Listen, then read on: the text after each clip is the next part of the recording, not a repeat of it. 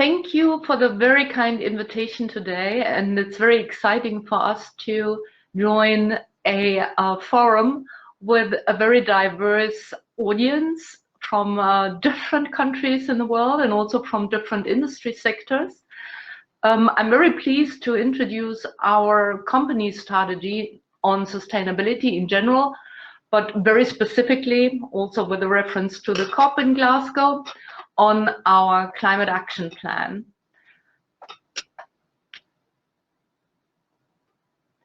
As you can see here, we have created an integrated sustainability strategy, as we want to be a sustainability leader in our own industry sector. We are a logistics service provider, meaning our position in the supply chain is between the great manufacturers that have their cargo shipped via us, and we buy from the carriers space in their vehicles for our clients. So we are in a kind of broker position where we do not actually have much emissions to report about.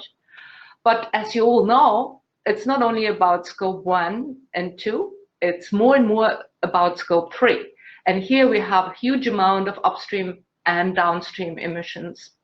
That's why clean logistics is our key driver of our strategy, and also the main ingredient, as our own carbon target is also the carbon target of our clients. And I will show that a little bit more into detail on the next slides. We also cover other SDGs. As you know, the UN has launched 17 SDGs where more and more companies relate to. So we selected for ourselves 10 SDGs that are relevant for our business, apart from clean logistics and the transition towards renewable energy. We also look into developing sustainable solutions, and sustainable solutions are derived from low carbon products, but also to develop our people for the future. That means to really provide them a positive impact of our business, which also implies that we shift the business model. And last not least, we have the social aspect here, where we want to create fair working conditions throughout our supply chain. All in all is embedded in global partnerships, as we can only achieve our goals together with our actors, with our clients and our carriers in the supply chain. So now I'm taking you on the road to our climate neutrality. First of all, we have replaced our carbon neutral target until 2050 by 2040. That means we are the first logistics service provider globally with the most ambitious target to become carbon neutral by 2040, compliant with a science-based target, but also compliant for the Europeans among yourselves with the European Green Deal, which then translates into 2030 targets in the first place. So the next 10 years are the decisive years, I don't need to tell you, before we really reach the tipping point, whether we can make it for the 1.5 degree global warming limitation.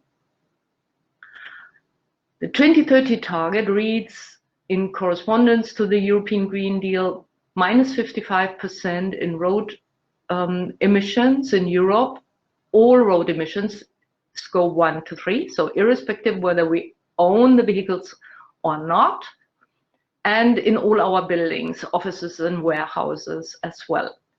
If we look at all our global transports, scope 3, 1 to 3, which entails an ocean business where we fully rely on carriers by 100% because we do not own vessels, we do not own aircrafts.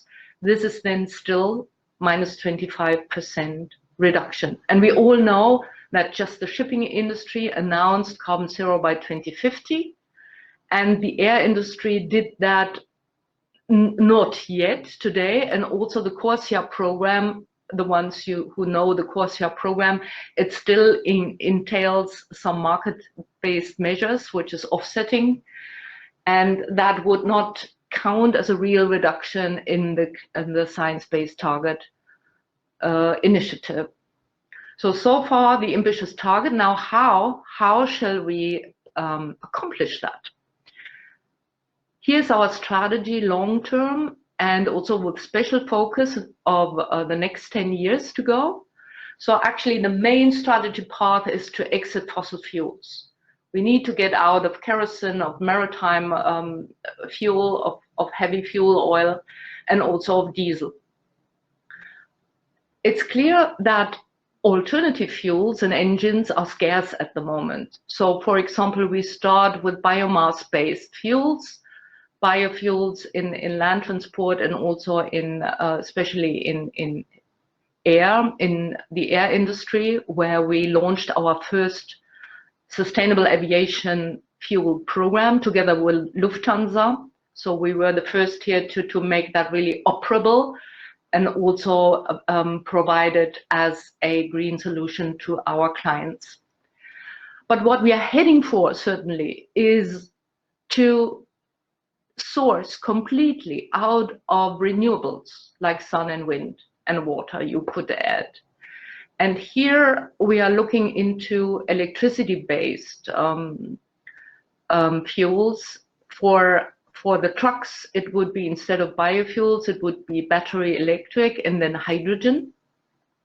And for air and finally also ocean freight, it would be power to liquids. Because we know we cannot have other sources of energy for these huge vessels and aircrafts at the moment. So on the next slides, you see where we start with the very small things where we can have direct influence, and that is urban distribution. We launched a sustainable city project 2 years ago, starting with e-bikes, but also with small battery electric vans, and now we are topping up more and more larger trucks with battery electric engines, and they work quite well. So we already made some very good experience with them. That allows us to scale them across the supply chain, especially our carriers. We hire or we contract 56,000 suppliers. Most of them are small companies. Most of them really do not have the huge capital to invest and to try out all these technologies. So it's very important for us that we are the forerunner here when we claim leadership, and really then make it easy for them to leapfrog. Here's an example actually of the city of Helsinki. Some of you may know that street. It's quite famous. And especially in Norway also, more and more cities are switched to completely electric delivery. Then shortly, I give you an overview of our products and services, what we actually offer today to our clients. It all starts with measurement. So you need to know your carbon footprint. And here we started very early to measure that 25 years ago already. Then according to the greenhouse gas protocol, extending it more and more to all modes of transport. And we joined the Eco-Transit initiative and set up actually the initiative more than 10 years ago. You may find the link here and try out the tool that is behind it. It's scientifically proven, and it's in permanent upgrade and development. So we are able to deliver to our clients a carbon footprint by key figures, but also by nice dashboards so that he can see the development on month by month or year on year. And what happens is that as we have an aggressive decarbonization target, it translates to our customers likewise. So customers who are doing transports with us would automatically adopt at least parts of our target for themselves. Then this is also very important. Based on that measurement, that allows to integrate carbon into the overall target perspective in terms of lead time, optimization, and cost efficiency. We know it's a kind of magic triangle with a target conflict, and that target conflict needs to be visible and managed more and more. So in former times, you were thinking of quick lead times, you were thinking of low cost in transport, but now there is a third criteria which becomes more and more important, especially not only to save the world, but it will also be reflected in carbon pricing when grey fossil sources will become more and more expensive towards green ones. This becomes a very important factor in the overall equation. So all depends then on the right figures, reliable figures, and balance sheets.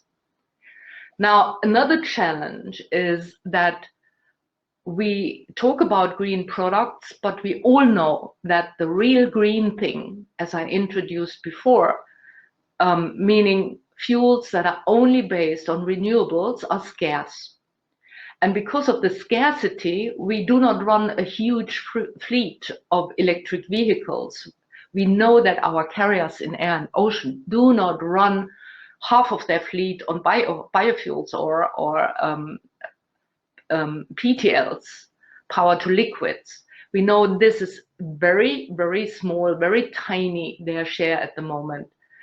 It's therefore super important that we get hold of what is there already with equal market access. So all our clients, and not only our clients, shall be able to obtain by a defined surcharge for all modes of transport a kind of guarantee of origin to cover their transports, which are still fossil, most of them, but to cover them with a full compensation via insetting. And insetting here means that the green fuel that they actually buy finally with a certificate are pumped into the system at some stage to green the whole system, while customers who are willing to pay get a higher share out of it. So that's the whole idea behind it. And we put forward together with the World Economic Forum platform, Clean Skies for Tomorrow, a move towards Glasgow, towards the politicians to set up a regulatory framework to make that happen as soon as possible. Then in ocean, we also made a move towards COP together with the Getting to Zero Coalition in maritime transports of the WEF.